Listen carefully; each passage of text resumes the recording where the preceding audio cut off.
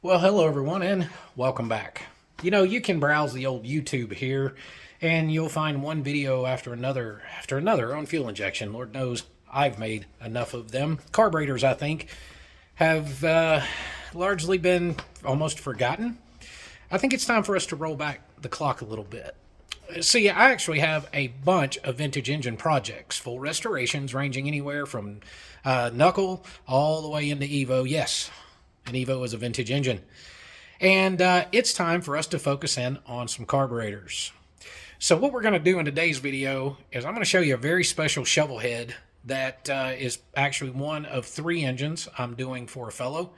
And we're going to pull the S&S Super E off of it, and we're going to call this the definitive video on a proper rebuild and setup of an S&S carburetor, and it's going to be packed with a bunch of little insider tips and tricks to make it run oh super sweet. So stay tuned.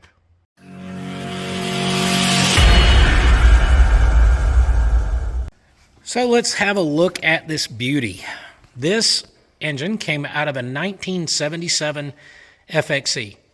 So as you can see, it's got a Super E on it. Man, that sucker is nasty. Nasty. I also want you to look at all the cobwebs hanging off of it and stuff. So here's the story of this engine. This is one of 3 this gentleman owns. The fellow that owns it, his last name is Fuller, and he was actually a casting engineer, and he is even still, even though his health is declining and he's way up there in years, he's world-renowned as a casting specialist in the engineering field. There's a transmission for it sitting right over there along with the other 2 shovel heads right there. So the story with this engine, in 1977, his mother went to the Harley dealer and bought a 77 FLH. That very same day, alongside his mother, he bought this 77 FXE. The bikes have been tore down, and we'll be doing a complete restoration on the 77 FLH, this FXE, and also another very special engine that actually involves the late John Parham. Very, very good guy, John Parham from J&P Cycles. So anyway, as you can see, this 77 FXE needs lots of loving. That's Mr. Fuller right there. So on this one, I chose this one to do this rebuild video on because obviously this thing is seeing a lot of time. It's been out of the bike for about 20 years. And so I don't really know what's going to be on the inside of it. I'm curious as well, because we know if this was modern fuel setting in this, the ethanol, it would be gummed up severely on the inside. So if we went back 20 years, I don't know what the odds are that he's going to have non-ethanol fuel that had been sitting in this thing. But anyway, regardless, it's bone dry and empty. And let's yank this thing apart and go step by step on the bench and rebuild this bad boy.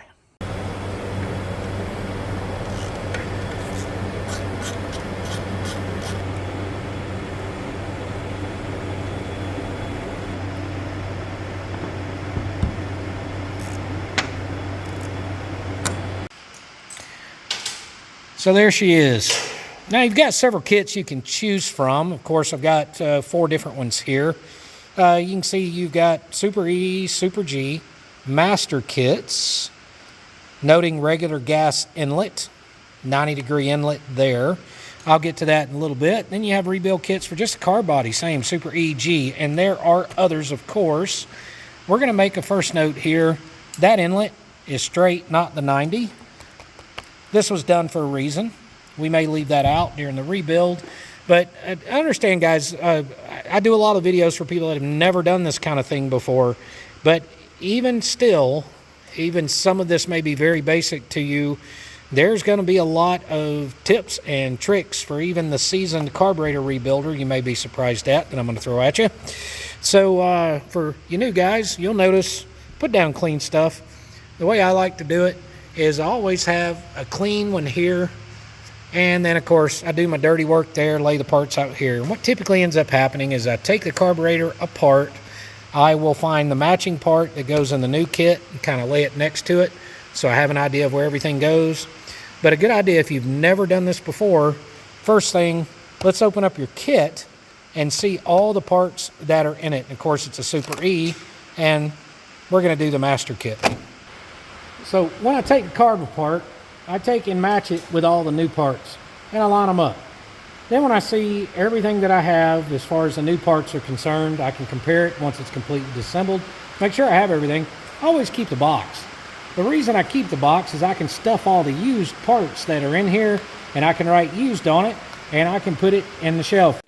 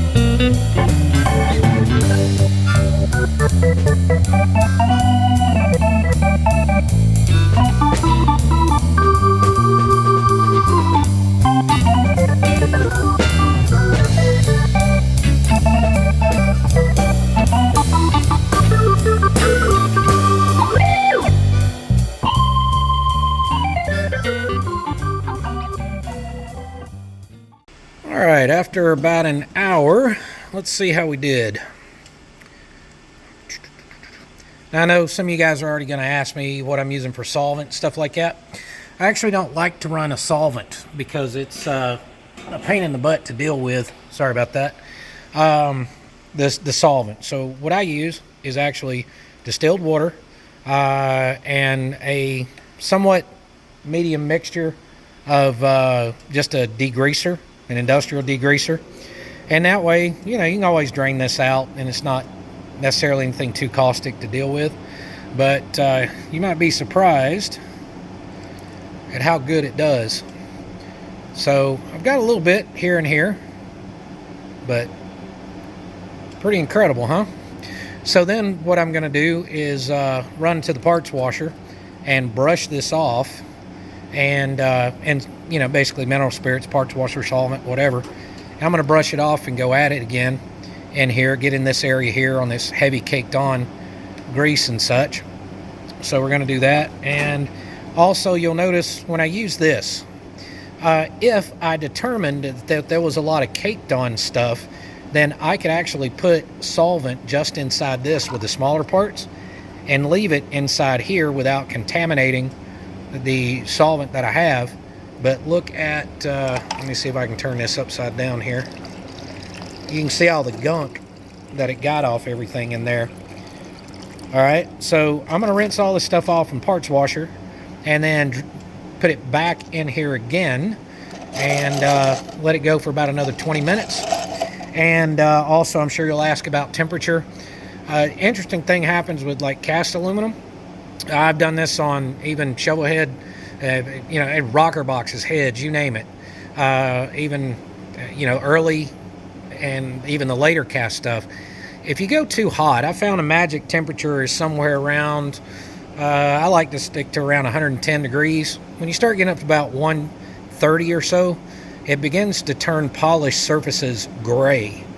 So I like to start at about 110 degrees and then just using that solvent for about 30 minutes and see where it gets from there. But anything hotter than that seems to really damage the finish, and I wanted to keep this as nice as I could. So parts washer, I'm gonna go back in for about another 20-30 minutes. Now with everything clean, look at that. That old girl cleaned up quite nice, didn't it? With everything cleaned, we think that we're ready to go and start building. We're not even close. Here's where the fun stuff starts. 7 things that you may not know that you need to check on your S&S carburetor. Yes, I have blown through it with airlines and everything else, and solvents and everything else. It's clean as it could possibly be. But there are still things we need to check. Fact of the matter is, guys, most of the issues people have with their S&S carburetor has to do with choke-related issues. This is one of the simplest carburetors that you can buy. And they're fantastic if you know these tricks. 7 tricks. Let's get on it. All right, the best way to do this is to break this up into 7 different sections. I'm going to start each of the 7 tips by telling you what the symptom would be if this was a problem for you. And I would check this on every S&S carb that you rebuild. All right? First, let's start with the symptom.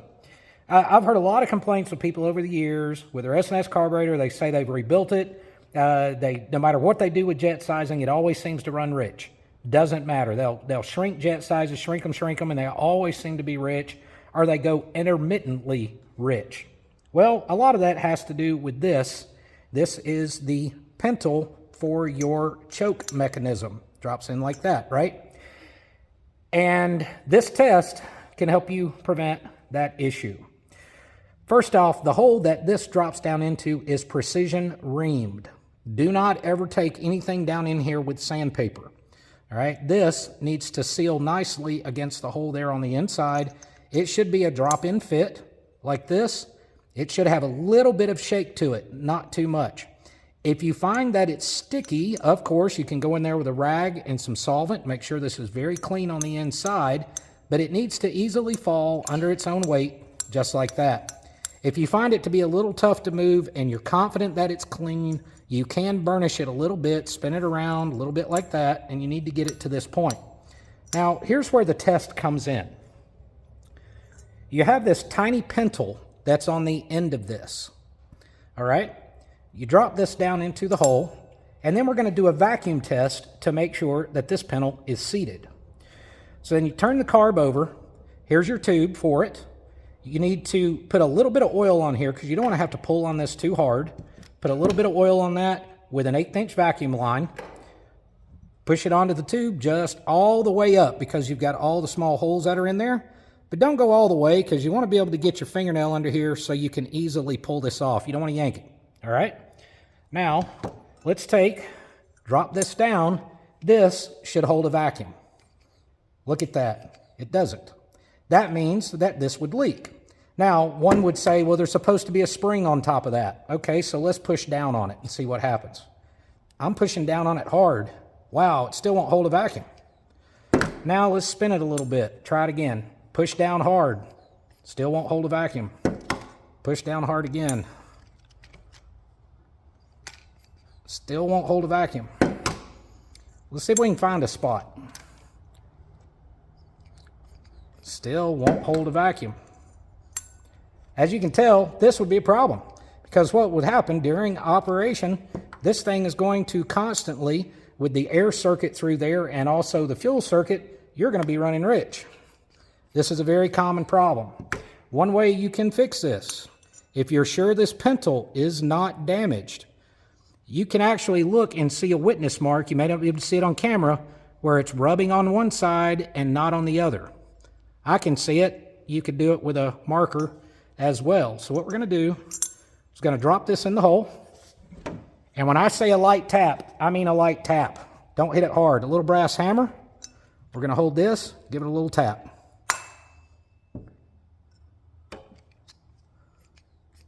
Look, it's holding a better vacuum. Still not quite there. Let's spin it a little, because we want to do it even. It's a little better. Let's give it another tap. And if you can't get it to hold a vacuum at all, that's what we're dealing with here, all right? So what you want to then do is take your black marker and mark the edge of this pintle.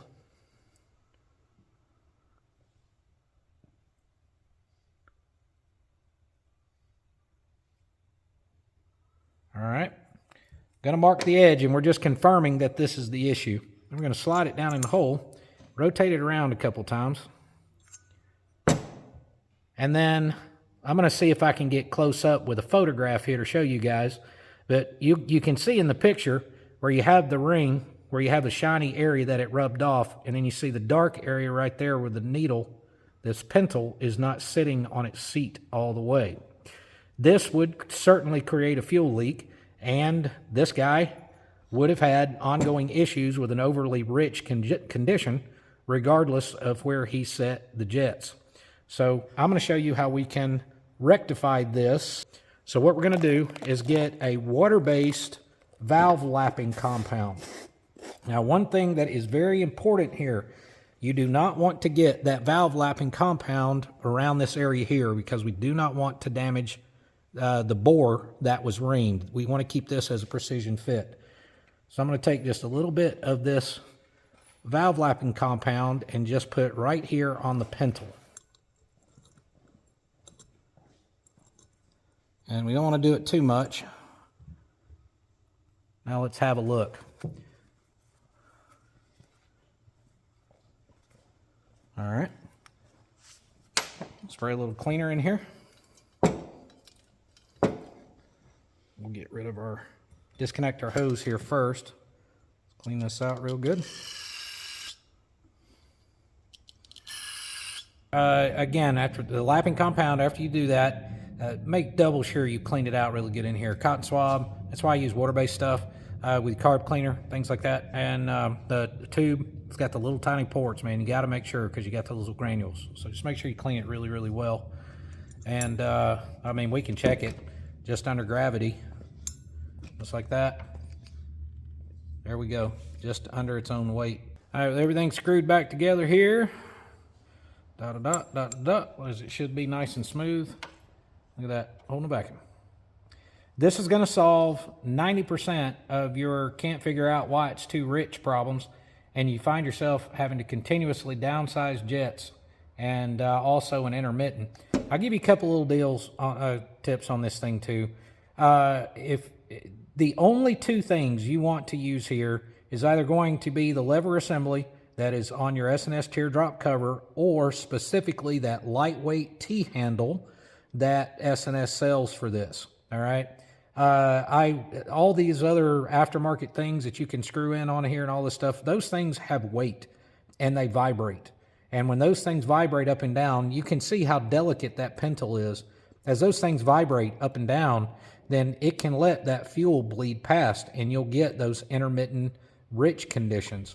Number two, the symptom is that hard starting. And I'm sure you've seen it over and over again. You'll pull the choke, wick the throttle a couple of times, and nothing happens. You wick it, and finally you can get the thing started. And once it starts, you're having to float the accelerator pump to keep the thing running for a little bit. And it seems just the enrichment just is not working right. Is not working like it should. You're not getting that enrichment. If you take the bottom of your bowl and you rotate it, this hole that's right here, this one here is actually the fuel reservoir for the choke circuit. So this reservoir fills up with fuel, and then when you pull the choke, it gets sucked out of here, and then that's where your enrichment comes from. Now, this hole obviously has to be cleaned, but at the very bottom of this hole, right here at the bottom, at the very bottom of this channel, you follow it down, there is a tiny, tiny hole. Sorry, I know I'm speaking loudly into the camera. There's a tiny, tiny hole right down here at the very, very bottom. That hole's only about 15 to 20 thousandths. You can take anything you want, carburetor cleaner, solvents, soaking them, and even me with my ultrasonic cleaner, that hole right there can still be clogged. All right, so one way you can check that is you can take a 16 gauge wire and peel some of the wire back here and essentially just get down to 2 or 3 tiny wires. And all you want to do is be able to poke this in that hole, and it should go through like that without issue. You may have to get a very tiny pin file. It's got to be, again, incredibly small because you do not want to enlarge that hole. You want to make sure you can get in it like that. And to make sure that it's working and not clogged, we should be able to put some carb cleaner in here and see, as we did right there, see fuel come out of it. Idle mixture screw. All right, now be aware, you can have a short thread or a long thread version. All right, this one had the long in it, so we're going to go that route. Take a black marker. There, occasionally, it's rare, you may find the symptom. Let's start with that. The symptom would be it's difficult to find just the right spot in your idle mixture screw. And often you may have to thread it in all the way, and it still seems like you're getting too much fuel, too much air. The mixture is just not right at idle, and you keep going back and forth with the jets. Occasionally, there can be, down inside, if someone has taken one and tightened it down too tight, or if the hole inside here was machined just slightly off center, it can create that symptom of an intermittent idle mixture, and you just keep fighting it. You can't get it quite right. So we need to check that. Take the pintle, mark it with a black marker.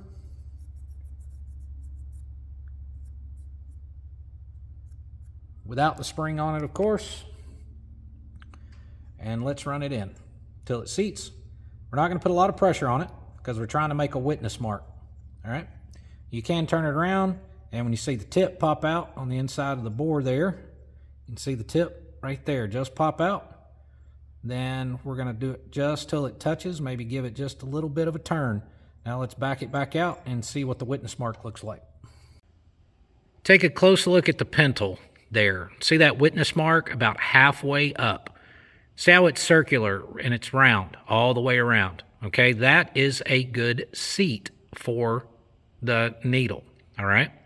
If it looked like a spiral, you know, like a candy cane, and it spiraled around it as you threaded into it, that's an indication that that hole is machined off center. And of course, again, you're going to be fighting some weird idle mixtures inconsistencies. So this one is just a hair. You can see it doesn't quite connect right there, but that is not enough to worry about. Don't be concerned with that. If it starts up here and kind of curls down and has some length to it, that's when you should be concerned. But the fact that it's good all the way around, this is acceptable and good to go. This is the push rod for your accelerator pump. This is the old one, of course. Notice the corrosion here. These are dissimilar metals with this push rod inside the carburetor body. It's not uncommon at all if you feel like you've got a dead accelerator pump and you have also verified that your accelerator pump diaphragm is facing the correct direction and the spring is in there. This sticking could be your problem. I always replace them. And when you replace them, put a very light film of anti-seize on this, just a very light film, and that'll prevent that galvanic corrosion that you have there. So a little bit of anti-seize there. This is a common issue with sticking floats. You can't seem to keep enough fuel in the float, and it sticks, and you keep readjusting your float levels. This is the axle for your float. Notice, always put in a new one. If you look closely at this one, you'll see there's some wear grooves in here. Yep, see them right there? Here and here. All right? If that groove is there, then that can cause your float to stick. So get rid of those and put a new one in. Symptom here would be, again, inconsistent float levels, the occasional overflowing or undersupplied. You get an overflow, that sort of thing. Sometimes it can simply be because of the bail right here on your needle. If you look at the old one, notice the spacing. All right, notice there's a bit of a gap there. If anything, it's opened up just a little bit. Notice how the new one is much, much closer and flat. What you'll actually want to do is open this bail up just a hair to about that much right there. And that gives the needle just enough free play that it can easily just bounce around inside there and find its center on seat, and you won't have any issues. So open that bail up to about right. The metal's got a little bit of memory, but open it up to about right there instead of it being almost contacting like it is here. Now this one isn't as much of a hidden unknown tip or trick. It's just proper build procedure, but I want to point it out before we start putting the carburetor together. Quite often I have taken these carburetors apart and I would either find no spring here, no check ball here, or vice versa. I've seen the spring crammed in here as well. So if you look, the triangle-shaped one, the spring goes in here, and the little check ball goes on top, and the O-ring. This one, the check ball and the O-ring. All right? Spring, check ball, O-ring. Here, check ball, and O-ring. Oh boy, this one may look a little strange to you. I'm going to get to the why I'm doing this in just a second. And we're going to tap this hole right here to 5/16 by 24. 5/16 by 24. Not everyone has to do this. This is one of those optional things, but this is one of those things that not many may know about. Nice threaded hole there, right? 5/16 24. Now we're going to go underneath. We're looking at this side of the carb here where it says the Super E. Right underneath there, you see that plug. We're going to take that plug out. Now, I'm going to go to the air compressor, blow all this stuff out, and also get a little bit of blue Loctite. You're probably asking yourselves why I did this. You seasoned guys probably won't be. This is the bowl vent. Normally, there would be a hole in your gasket, and this would vent the bowl and pull air through it this way. This is an auxiliary bowl vent. The hole, the passage to vent the bowl is down inside this cavity deep inside here. The reason this existed, when you would run a velocity stack, then this would be exposed and there would be a plug here, and then that hole would essentially be open if you were running a velocity stack. Now, the reason I like to make this modification is occasionally you can have a surge under mid-throttle and light acceleration. Just feels like you're having a bit of a surge, and sometimes what that can do is pulling air past this and make it just seem unstable and a little bit of a surge and odd. And I've seen people keep playing with jetting over and over again, and this little modification seems to take care of it. It's not drafting the air through here, and then this is now your bowl vent here. Is take that same exact plug and move it.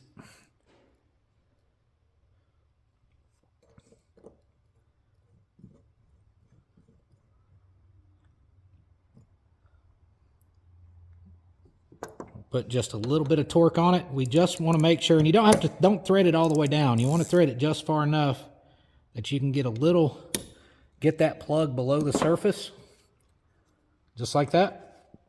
And then, of course, you're nowhere near blocking the port. Goes there to there. And with that Loctite, once it's cured, you're golden. Now, this isn't really some hidden trick or tip. It's just a matter of putting it back correctly. But I've seen several carburetors come in where the butterfly was facing the wrong direction. Pay very close attention to the profile along the edge and the direction of the bevel. See how this one bevels down on this side, but if we rotate it 180 degrees, see how it's pointing down to the other side. See how it changes direction? All right, I've seen people put these in backwards. Make sure these are oriented properly in the bore. So it needs to, when it's closing, it's going to close toward the bevel like this. And there you have it. Tips and tricks, insider things, a lot of things that people don't know about S&S Carbs, things you need to check to be responsible when you rebuild yours. I'm going to just roll some music here in just a second of me assembling it. Truth is, there's instruction sheets on their website. If you took it apart, you've laid all your parts out. There's instructions, of course, how to set your float level, and that you will have in there. That's kind of the basic stuff, which would all be in your instructions. And then from there, I want to leave you with answering the biggest question I've gotten in my entire career. In regards to carburetors, what jet size do I use?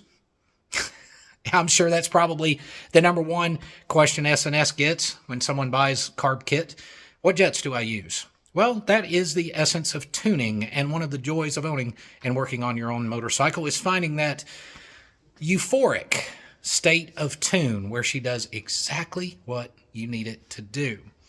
I'm going to leave a link to down below to a video I did a while back on how to read a spark plug. Probably one of the most quantitative videos you could watch on analyzing a spark plug to determine if your air-fuel ratio and ignition timing is good. I'll leave that link down there. I encourage you to watch it. I'm also going to leave a link to the website with all the S&S jet kits so that you can purchase one off BaxtersGarage.com. I'll ship that out to you right away. And I'll just roll some music, and let's put it back together.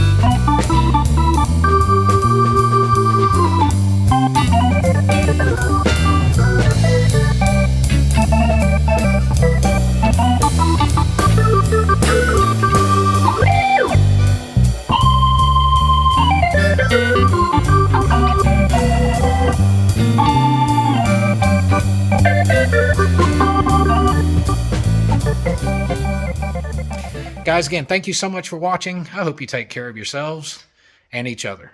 Until next time, have a good one.